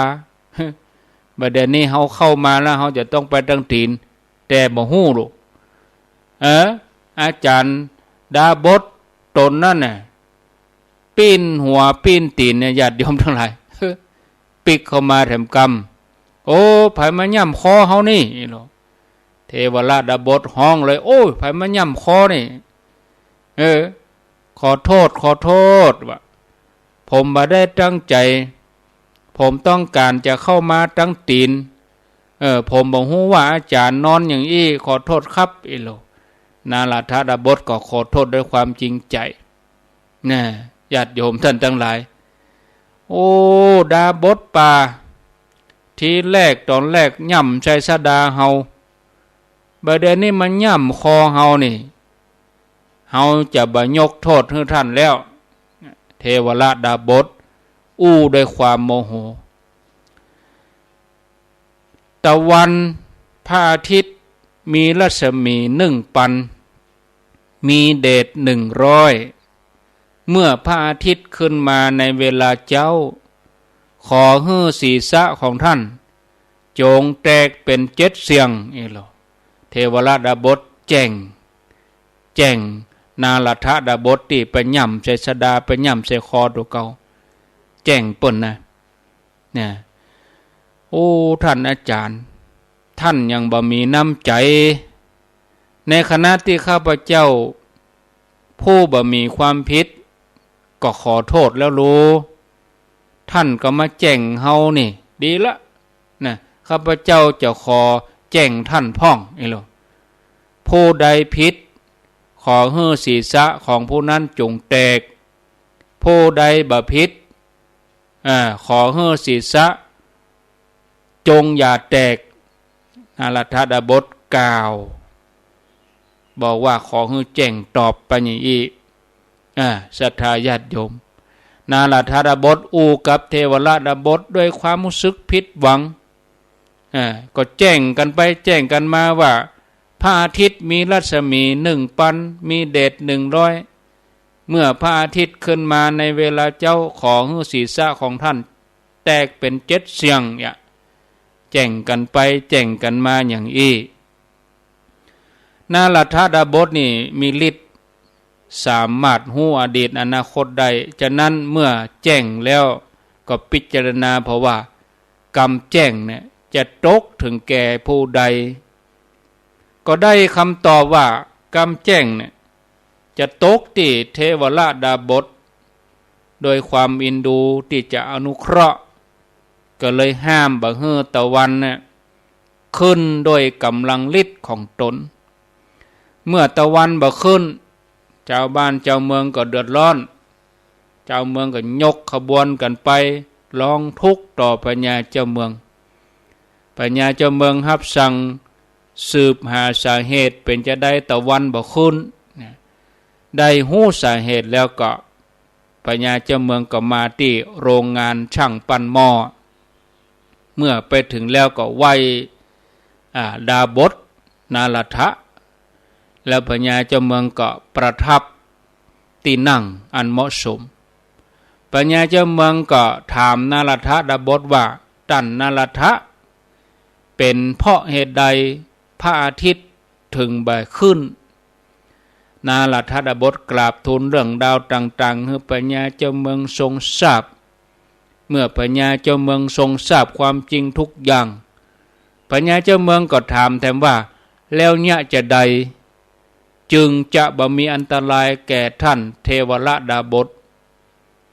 นาลทะดาบสก็กราบทูลว่าถ้าท่านอาจารย์มาขอโทษขอขมาอาตมาโทษนั้นก็จะบ่มีแล้วเนี่ยพญาเจ้าเมืองว่าถ้าอย่างนั้นนะท่านจงขอโทษนาลทะเตอะท่านเทวราชพญาเจ้าเมืองได้ตรัสกับเทวราชดาบสว่าไปขอโทษนาลทะอย่างเงี้ยเทวราชดาบสก็ยืนยันว่าโอ้มหาบ่ผิดอาตมาบ่ผิดอาตมาจะไปขอโทษยังอาตมาจะบ่ขอโทษดาบสขี้โกงนั่นเด็ดขาดพญาเจ้าเมืองก็เลยรับสั่งให้ทหารยับเทวราชดาบสอ้าวท่านจะบ่ยอมขอโทษกะบ่ยอมขอโทษด้วยตนเองดีๆกะแม่นแล้วอาตมาบอกขอโทษอีกแล้วพญาเจ้าเมืองสั่งให้ทหารยับเทวราชดาบสแล้วก็ให้บังคับก้มกราบแทบเท้าของนาลทะดาบสนาลทะดาบสก็บอกว่าโอ้อาจารย์ลุกขึ้นข้าพเจ้ายกโทษให้เนี่ยแล้วก็กราบทูลว่ามหาบพิตรท่านอาจารย์เทวราชเนี่ยบ่ยอมขอโทษอาตมาด้วยความเต็มใจย่อมมาอาจจะเกิดผลอันใดปัญญาเจ้าเมืองว่าโหแล้วจะเนี่ยจะได้ขอโทษด้วยความเต็มใจนี่แล้วเนี่ยจะได้เจ้าบ้านเจ้าเมืองก็เดือดร้อนกันหมดนี่โอ้มหาบพิตรพระองค์พึงให้ท่านเทวราชเนี่ยเอาดินเหนียวปั้นมนกลมแล้วก็ยืนเอาก้อนดินเหนียวนี่นะเอายองเอาทูลไว้บนหัวเนี่ยแล้วก็ในน้ำลึกประมาณถึงมอกคอนี่เนอะเมื่ออาตมาคลายฤทธิ์แล้วนะตะวันนี่ก็จะโผล่ขึ้นมาก็ให้ท่านเทวราชดำน้ำเข้าไปดำน้ำแล้วก็หนีไปทางอื่นทำอย่างนี้นี่ก็หัวก็บะแตกเป็นเสียงละบ่มีอันตรายแล้วนี่พญาเจ้าเมืองก็ได้ตรัสกับเทวราชดาบสว่าถ้าอย่างนั้นก็ให้ทำตามอย่างนั้นเถอะเทวราชดาบสหูแก่ใจตัวเองว่านาลทะดาบสมีฤทธิ์แต่ที่บ่ยอมขอโทษก็เพราะว่าทิฏฐิดื้อรั้นว่าตัวเองบ่ผิดทั้งที่ตัวเองเป็นคนผิดแต่เมื่อได้ฟังนาลทะดาบสกล่าววิธีที่จะทำให้พ้นผิดพ้นอันตรายก็รีบทำตามทันทีเมื่อเทวราชดาบสลงไปในน้ำแล้วก็ยืนเอาก้อนดินเหนียวยองไว้บนหัวน้ำนั่นก็เปียงหมอกคอนาลทะดาบสก็คลายฤทธิ์ตะวันก็โผล่ขึ้นมาบอกกองแสงตะวันต้องกับก้อนดินเหนียวนั้นก็แตกออกเป็น7เสียงเทวราชดาบสก็ดำน้ำหนีไปทางอื่นเลยนั่นญาติโยมท่านทั้งหลายจบนิทานเรื่องนี้ก็ได้ข้อคิดว่าเมื่อใดที่คนเฮาถือทิฏฐิเกินไปเชื่อมั่นตัวเองเกินเหตุเข้าใจว่าตัวเองเก่งตัวเองถูกส่วนคนอื่นผิดหมด เมื่อนั้นความเดือดร้อนความวุ่นวายก็จะเกิดขึ้นทิฏฐิความถือตัวเนี่ยบ่เคยนำความสุขความสำเร็จมาให้ไผทิฏฐิความถือตัวนำแต่ความเสื่อมเสียมาคนที่ถือทิฏฐินี้เป็นคนที่หยาบกระด้างบ่ควรคบหานั่นศรัทธาญาติโยมจบลงไปนะพอเวลาแล้วก็คงพอดีนะประเด็นนี้ก็4 โมงเกิงแล้วสุกหน้าจะเล่าเรื่องคนดวงเฮงเนอะสุกหน้านะสุกหน้านี่ก็คือสุกวันที่18จะมาเล่าเรื่องคนดวงเฮงนี่เนาะประชาสัมพันธ์เหตุสักเล็กน้อยต่างคณะสงฆ์ตำบลร่องวัวแดงสันกำแพงเนอะเปิ้นจะมีการฟังเทศฟังธรรมนะวันที่19 สิงหาที่วัดม่วงม้าเหนือตำบลร่องวัวแดงอำเภอสันกำแพงเวลา 19 นาฬิกาวันที่19 สิงหาเนอะไปฟังเทศฟังธรรมกันอาตมาภาพจะได้ไปบรรยายธรรมที่หั่นเนอะที่วัดม่วงม้าเหนือตำบลร่องวัวแดงอำเภอสันกำแพงเชียงใหม่วันที่19 สิงหาเวลา 19 นาฬิกาคณะสงฆ์ตำบลสันพเนตรสันทรายน้อยเปิ่นจัดโครงการฟังธรรมโดยหน่วยอบรมประชาชนประจำตำบลสันพเนตรโครงการชื่อว่าธรรมรสธรรมรัตน์นะจัดขึ้นณที่วัดพระเจดีย์ตำบลสันพเนตรอำเภอสันทรายในวันศุกร์ที่22 กันยายน 2566เวลา 14 นาฬิกา14 นาฬิกาคือเวลาบ่าย 2 โมงก็อาตมาภาพจะได้ไปบรรยายธรรมที่นั่นที่วัดพระเจดีย์โครงการของหน่วยอบรมประชาชนประจำตำบลสันพเนตรท่านชัยวิทย์ธรรมรโตท่านได้แป่งใบนิมนต์มาโดยมีคณะสงฆ์ตำบลสันพเนตรตำบลสันพเนตรสันทรายน้อยอำเภอสันทรายเปิ่นได้ร่วมด้วยช่วยกันหลายหน่วยงานกำนันผู้ใหญ่บ้านเทศบาลปู่จานก็ร่วมกันก็มีวัดสันศรีสันทรายวัดท่าทุ่มวัดสันพเนตรวัดแม่คาวแล้วก็วัดใหม่พระเจดีย์วัดใหม่พระเจดีย์นะก็ขอเจริญพรเด้อญาติโยมไปร่วมฟังธรรมกันวันที่22 กันยาเวลา 14 นาฬิกาแต่ที่ใกล้นี่ก็คือ19 สิงหาเนี่ยที่วัดม่วงม้าเหนือจบครบถ้วนต่อไปก็จะมารายละเอียดที่จะไปตามเตียนกันในวันที่13 สิงหาคมเป็นวันอาทิตย์ก็เฮาทั้งหลายก็เดินทางกันตี4 ล้อหมุนอันนี้หมายถึงพิกัดจุดเริ่มตีโดยลอจอมตองสันปะตองแม่วางนี่นะป่าสางบ้านโฮงตุยนะอันนี้ถึงเฉพาะจุดเริ่มนี้แล้วก็ไปรวมตัวกันที่ปตท.แม่ริมเลยที่ว่าการอำเภอไปแถมปากตางเสมิงปตท.ใหญ่ๆก็ไปรอกันที่หั่นเวลาตีห้าเกิงเนอะไปรอกันที่หั่นนะก็เดี๋ยวจบก่อนกะเจริญพรจบก่อนฟังโทษเนี่ยยังไม่ได้บอกเบอร์โทรเตี่ยก็ให้จบก่อนถ้าบอกเบอร์โทรก็ให้โทรจะไปฟังโทรเตี่ยให้จบก่อน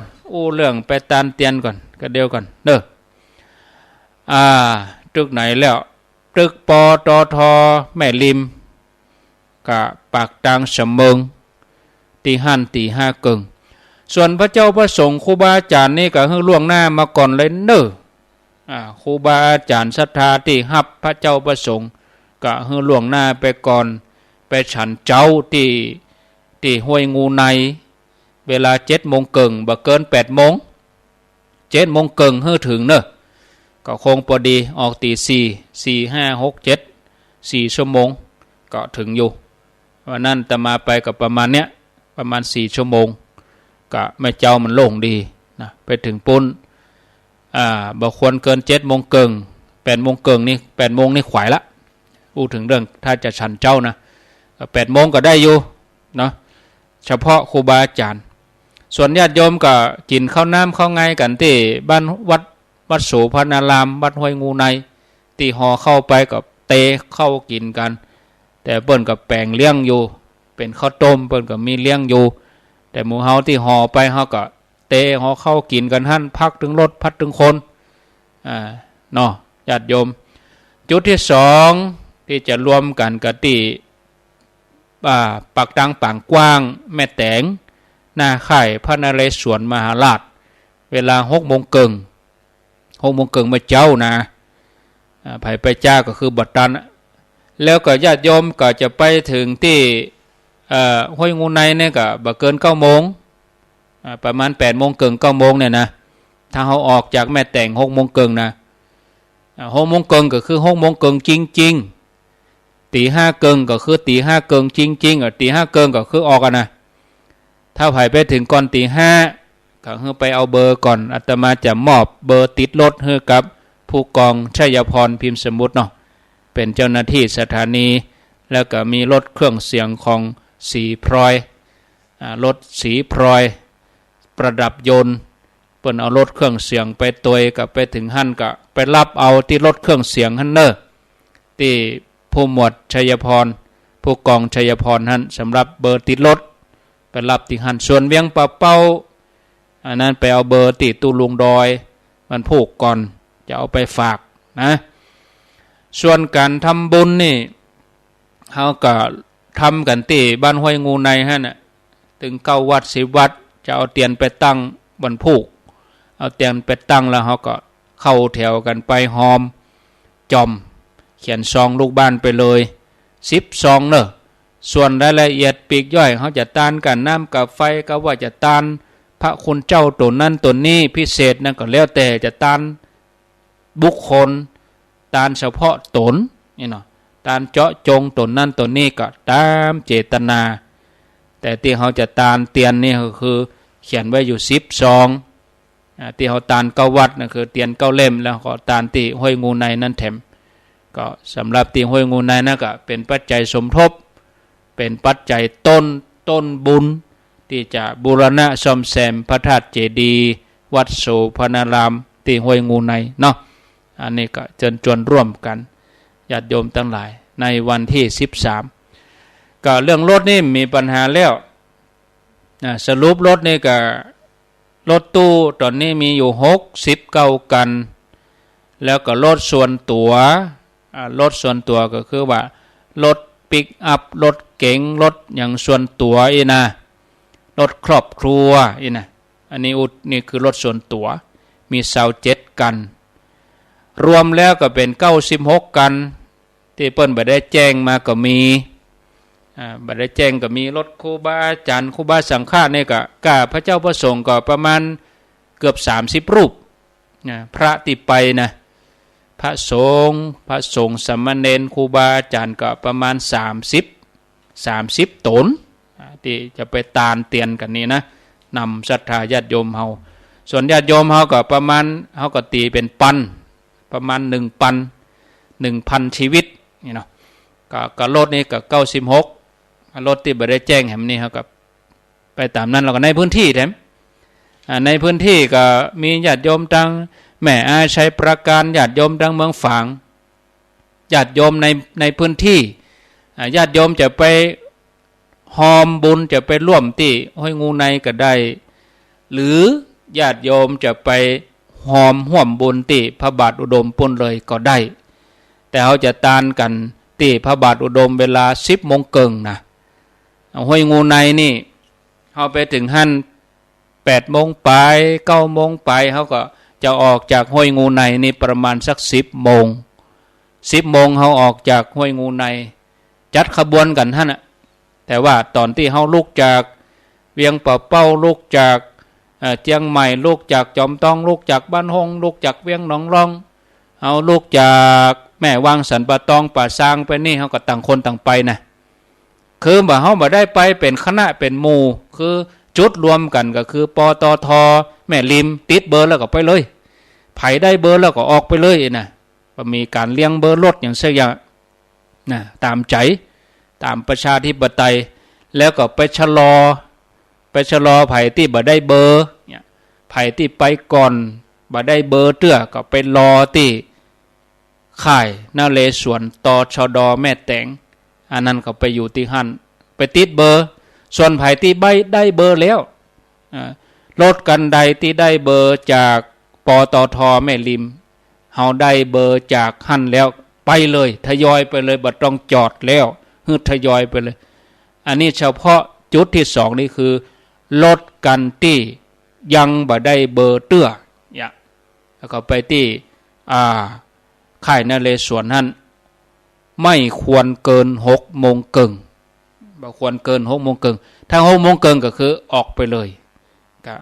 ไผท่าไผนะต่างคนต่างทยอยไปเลยเฮามาฮู้ลูกบางคนเปิ้นก็จะแวะห้องน้ำบางคนก็จะไปนั่นไปมันถึงเมียทุกทิกถ้าเฮาบอกว่าเฮาต้วยกันไปเน้อกันนั้นก็จะเข้าห้องน้ำกันนั้นก็จะแวะข้างทางกันนั้นก็จะซื้อควายโอ้ได้นั่นไปเลยไผใครแวะไหนก็แวะไผใครจอดไหนก็ตามใจนะประชาธิปไตยเอาเบอร์ว่าเนาะญาติโยมแต่สำคัญก็คือว่าก่อนจะเข้าไปสถานที่ก่อนที่จะเข้าไปงานเนี่ยคือเฮาทำธุระส่วนตัวเสียก่อนเข้าห้องน้ำห้องท่าปั๊มมีเปลอะเข้าปั๊มตีใช้ประการนี่ก็ได้เข้าปั๊มก่อนจะเข้าเมืองฝั่งก็ได้ส่วนบ้านห้วยงูในที่โสพนารามนี่ก็เฮาก็จำเอาที่แมคโครฝางบอกกองถึงแมคโครฝางแล้วบ่เฮาก็พอเปิ้นจะมีธงมีป้ายมีเจ้าหน้าที่โบกรถฮื้อเฮาก็เข้าไปเอาก็เข้าไปกับไปตามนั่นน่ะเลี้ยงเข้าไปเพิ่นถึงมีตีในปักธงคนบ่ซุ่มนุมกันก็เฮาไปเข้าหยังพอเพิ่นซุ่มนุมกันนั้นโอ้นี่แม่นแล้วบ่รถเต็มนี่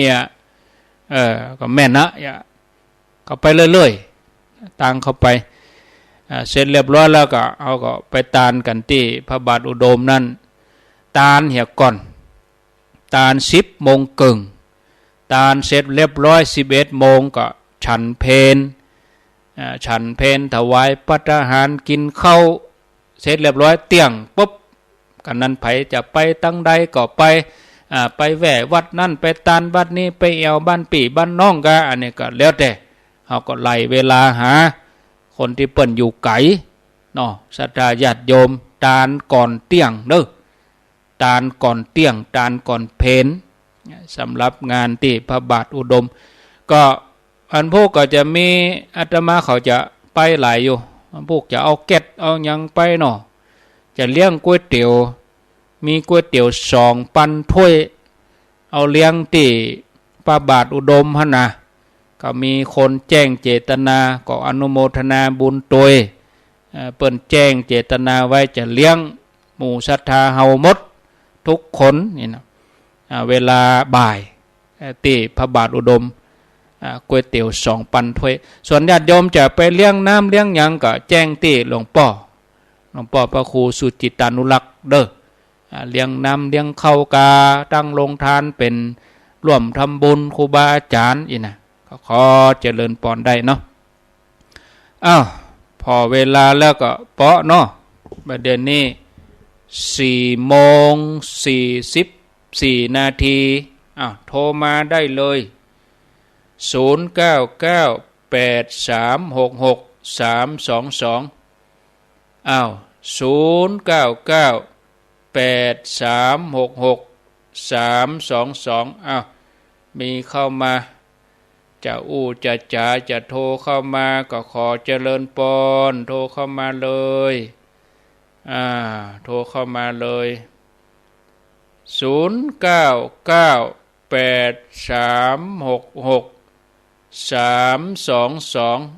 มีเข้ามาเจริญปน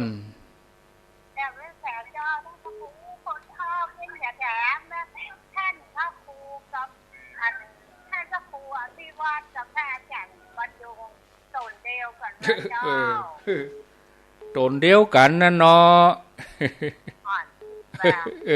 คนดาวเพี้ยนหมูอันกะพระครูอภิวัตกับอาจารย์บรรยงนี่ตนเดียวกันก่ออีเนาะอันเดียวกันนะกะเพี้ยนหมูคนดาวเนี่ยเป็นเสียงก่อเป็นแรกเหมือนจอยข้าเจ้าบอกแม่อาจารย์บรรยงแถมตนพระครูอภิวัตแถมตนเอียกะเป็นแผลจ้าเป็นฟองเป็นน่องฟองเป็นแม่เป็นหมูตนเดียวกันนะกันดูตนเดียวกันนะตะกอนนี่ก็เป็นอาจารย์บรรยง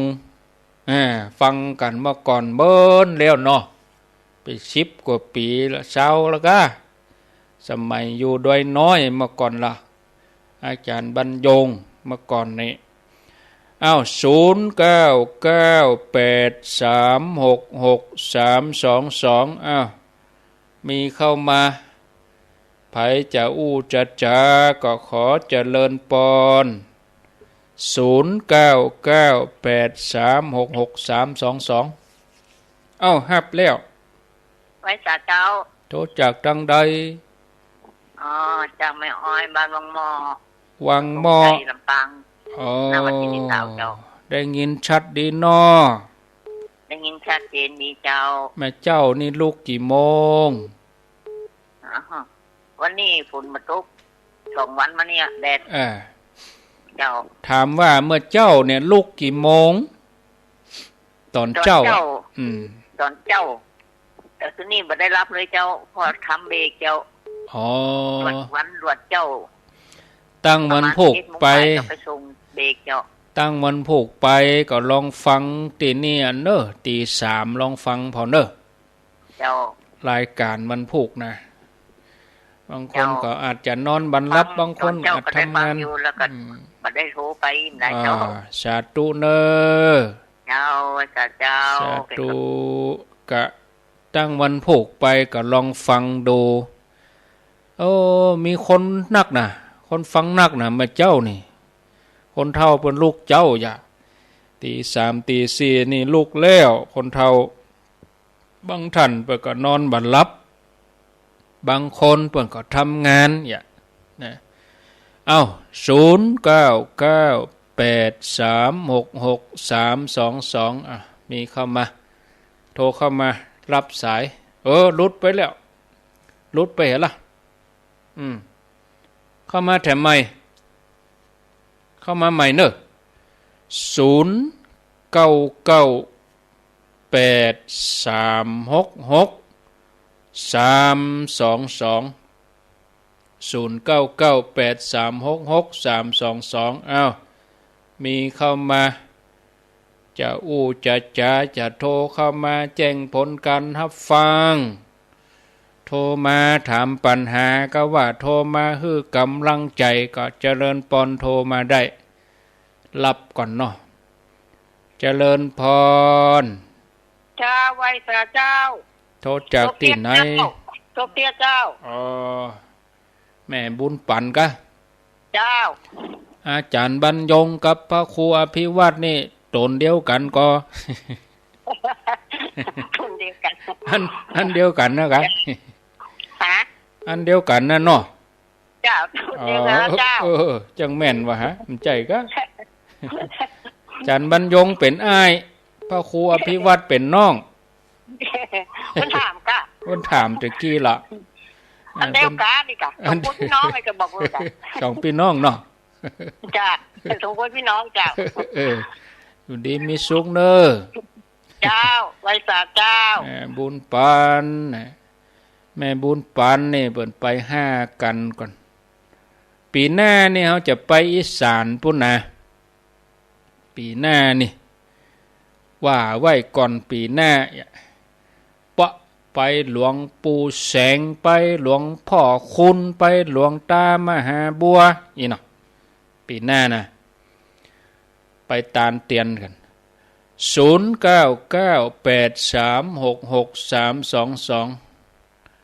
เจริญพรนมัสการเจ้าท่านอ้าวสันขยอมฟังแล้วอโมทนาบุญตัวนะเจ้าฟังให้อย่าฟังคงคิงลูกม่วนใจเนาะ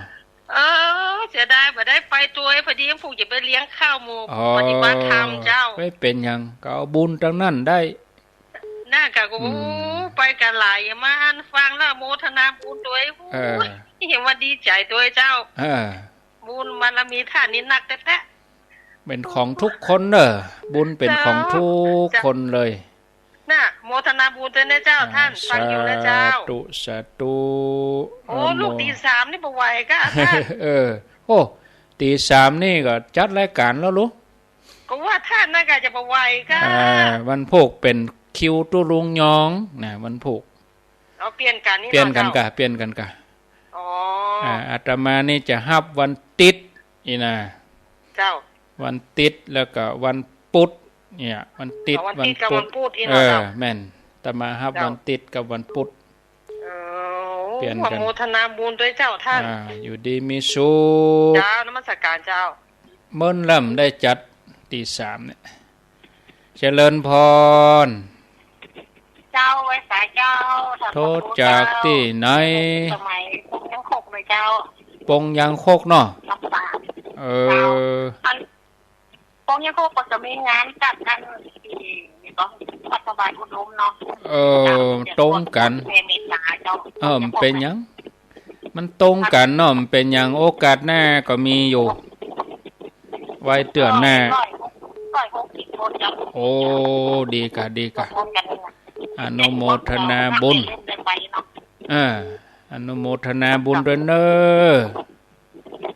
สาธุถ้าอยู่ใกล้พัดลมเนาะเจริญพรไปสาเจ้าก่อนแม่ก็สิเอาเงินตุเนี่ยรู้อาจารย์อันนั้นนะอภิบาลพิกรมลานตุนี่เป็นบาทน่ะอันบรรยงอ่ะมาใจนะตู้แม่เขาค่ะ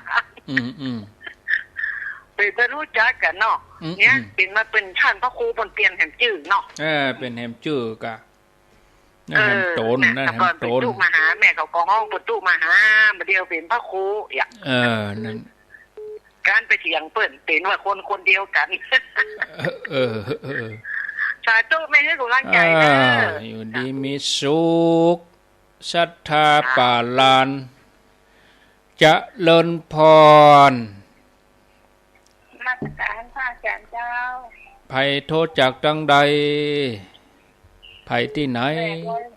แม่บ่เห็นจันโทบ้านสีหมวดเก้าจังหวัดลำปางสีหมวดเก้าเนาะฟังกันตลอดสีหมวดเก้านี่เหนียวแน่นปึ๊กแผ่นดีเนอะโอ้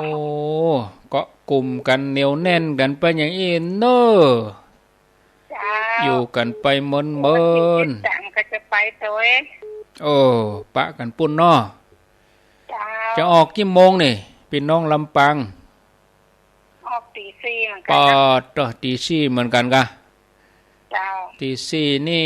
จะมาตั้ง100ติเนี่ยกะพระอาจารย์สมศักดิ์เพิ่นบอกว่าไปทั้งพุ่นบ่ได้ไปทั้งแม่ขจารนะเพิ่นว่าขนมนั่นค่อยดีไปทั้งเชียงใหม่เนี่ยตั้งค่อยดีเนาะโมทนาถ้าออกตี 4ก็เขาจะจ้าหรืออาตมาเขาหน่อยก็จะบวกไปชั่วโมงบวกไปประมาณชั่วโมง0998366322แม่แจ่มเปิ้นออกตี 3เปิ้นมาถึงที่ด้วยรอเพื่อกับตี 4ก็เต้ากันนะแต่ถ้าญาติโยมออกลำปางปุ่นตี 4ญาติโยมก็จะมาถึงเชียงใหม่เพื่อตี 5ประมาณตี 5เกิงไปถึงที่ปตท.แม่ริมก็6โมงบ่ละก็คงป้อๆกันน่ะตีเป็น2ชั่วโมงอาตมาเผื่อเวลาไว้แหมชั่วโมงเป็น3ชั่วโมงพุ่นเนาะ ญาติโยมไปถึงตีอันเมืองฝางบนก็ประมาณสัก9 โมงสำหรับญาติโยมที่อยู่ลำปางถ้าออกตี 4นะตี 4ไปถึงอันเมืองฝางประมาณ9 โมงก็เฮ้ไปที่ห้วยงูในปุ่นเลยเนอะเฮ้ไปที่ห้วยงูในปุ่นเลยถ้าเฮาย่ำได้ติดเบอร์รถแต่ก็ไปเอาตีปุ่นไปเอาตีห้วยงูในมันเป็นหยังบ่ต้องฟังไปสบายเนาะบ่ต้องฟังต้องหีบมีน้ำใจต่อกันเวลาเฮาจะไปไหนนี่เฮาก็วันนี้เฮาก็เกี่ยมกะวันนี้วันพุธก็เกี่ยมครัวเกี่ยมหยังเฮาจะทำบุญหยังเฮาก็นั่งเขียนซองเป็นอย่างจองก็ดีนะเกิบก็บ่ต้องไปเกิบส้นสูงบ่ได้ไปเกิบอะไรหยังเฮาเกิบธรรมดาที่มันถอดง่ายใส่ง่ายสบายยาประจำตัวมีก็ยากินก่อนอาหารหลังอาหารยาดมยามองเนาะเอาไปโทรศัพท์นี่สำคัญเบอร์โทรคนขับก็ดีแล้วก็ทะเบียนรถคนขับชื่อหยังเบอร์โทรหยังเอาไปด้วยกันกี่คนเราก็ดูแลซึ่งกันและกันผู้โดยสารในกันนั้นพอกอยกันนะแล้วเฮาเองถ้าเฮาไปตัวเปิ้นเฮาก็บ่ควรจะเป็นภาระเปิ้นเบิ่งฮื้อเปิ้นได้กองหาเบิ่งฮื้อเปิ้นได้ท่าเปิ้นบอกว่ากี่โมงขึ้นรถเปิ้นบอกว่ากี่โมงเต้าอี้กี่นาทีเต้าอันเฮาก็ควรจะปฏิบัติตามเฮาก็เวลาอยู่ด้วยกันก็เฮารถกันนี่10 คนเฮาอยู่ด้วยกันกลุ่มของเฮานั้น10 คนจะไปแยกแต่เฮาไปแยกไปเราไปปัดไปหลงแล้วก็ลำบากเนาะเอาละอาตมาภาพก็ได้บริหารเวลามาก็หันว่าพอสมควรแก่เวลาแล้วได้อูธรรมะปกิณกะเรื่องราวต่างๆ2 ชั่วโมงตั้งแต่เวลาบ่าย 3ประเด็นนี้ก็ครั้งแถม 4-5 นาทีจะ5 โมงได้อูได้จากรรมใดไปเป็นตีบัทุกหูบัทุกใจครูบาอาจารย์เจ้าศรัทธาญาติโยมตั้งหลายก็ดีต้องขออภัยเนอะอันใดที่เป็นสาระก็ขอให้ท่านทั้งหลายนำไปพิจารณานำไปประยุกต์ใช้นำไปเผยแผ่ได้ขอบคุณอนุโมทนากับญาติโยมทุกคนทุกท่านที่ติดตามรับฟังรายการโอกาสหน้าเอาก้อยมาปะกันแถมใหม่ในเวลาเดียวกันนี้ขอบคุณทุกคลื่นทุกสถานีครูบาอาจารย์ที่รับผิดชอบในสถานีต่างๆดีเจเจ้าหน้าที่ที่เป็นฆราวาสญาติโยมก็ขออนุโมทนาบุญตัวยลาไปก่อนเน้ออายุวันโนสุขังปะลัง